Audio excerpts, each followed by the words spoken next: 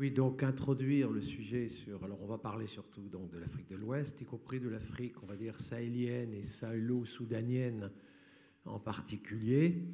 Et la crise, enfin, là j'entends que effectivement les lendemains ne sont pas forcément sûrs de... Ce ne sera pas forcément des lendemains qui chantent. Et la nature même de la crise qui se passe dans l'Afrique sahélo-soudanienne, je pense que vous la connaissez, j'y passerai pour ma part un peu rapidement.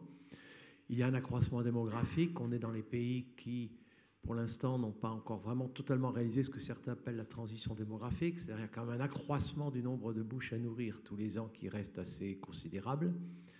Nous sommes dans des régions où on sait qu'il en est parfois entre disette et même parfois famine. Et c'est ça la grande crainte. Et parfois, certains pays sont sous perfusion d'une aide alimentaire d'urgence quand arrivent ces situations de disette et de famine. L'autre aspect de la crise, c'est qu'il y a une crise, on pourra dire, de type écologique. Alors certains appellent ça la désertification, mais c'est quand même... Alors pour lesquels on peut vraiment s'interroger sur, oui, mais est-ce que c'est la poursuite de ce qu'a été la désertification du Sahara depuis la dernière glaciation?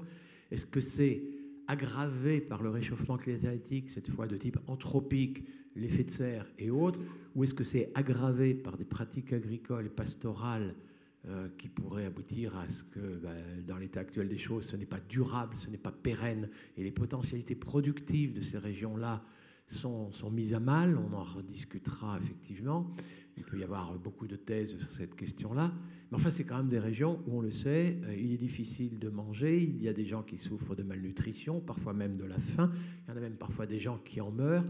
Et il y a quand même aussi des disputes pour les ressources qui se traduisent parfois par des crises qui vous apparaissent et qui sont racontées dans la presse comme des querelles ethniques, des combats, etc. Et d'ailleurs, ça peut prendre des aspects tels quels, mais qui sont souvent des crises pour lesquelles il y a d'abord au départ un problème pour le partage des ressources. Et le partage des ressources, ça peut être les terres, ça peut être les arbres, ça peut être les herbes, ça peut être les éléments de l'agroécosystème. Et vous imaginez bien que même si on est dans des pays où l'urbanisation est extrêmement rapide, et peut-être même d'ailleurs parce que l'urbanisation est extrêmement rapide, la question reste, et moi c'est surtout de ça dont j'avais envie de parler avec vous, c'est la crise agraire. Et est-ce qu'il y a derrière, oulala, la situation s'aggrave, la France envoie des troupes, on voit bien qu'on a du mal, enfin, les populations elles-mêmes ont du mal à résoudre toute une série de problèmes de cette nature. N'existerait-il aucune alternative? Alors là, j'espère vous donner une petite note optimiste sur la partie strictement technique, à savoir que, à la condition évidemment, et ça sera, j'imagine, l'objet du débat, à certaines conditions, eh bien, il ne faut pas complètement non plus désespérer. C'est-à-dire que le pire non plus n'est jamais sûr. La question va de savoir si on peut se mobiliser, nous et évidemment là-bas, eux.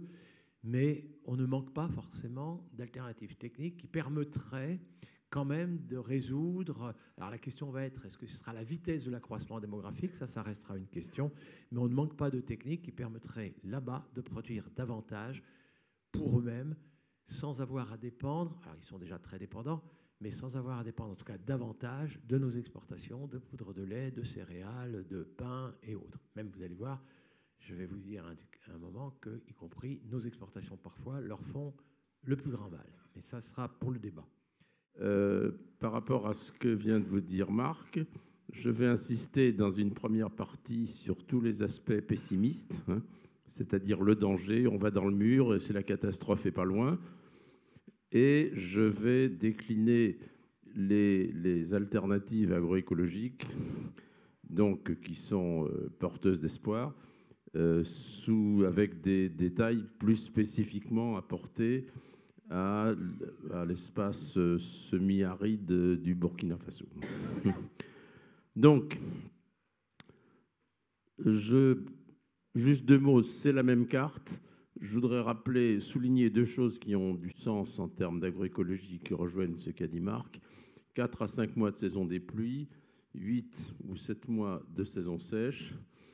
C'est des écosystèmes qui ne sont stables qu'à très faible densité de population, c'est-à-dire tant qu'il y a beaucoup de végétation herbacée et arborée.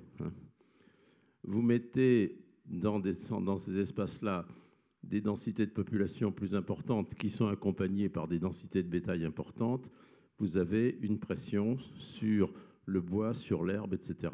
Et donc l'équilibre commence à se dégrader et je vais vous montrer où ça peut mener.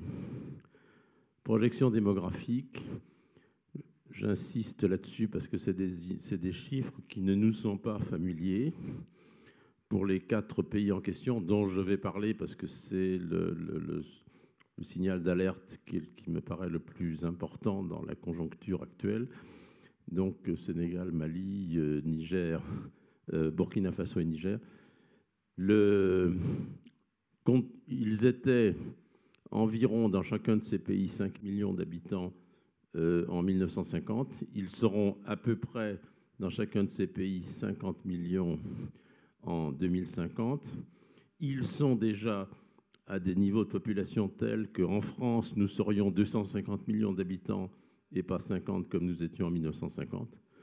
Et ils seront 2 fois plus nombreux dans 25 ans. Et nous serions, avec ces mêmes rythmes, à 500 millions d'habitants en France. On a du mal à se mettre ces chiffres dans la tête.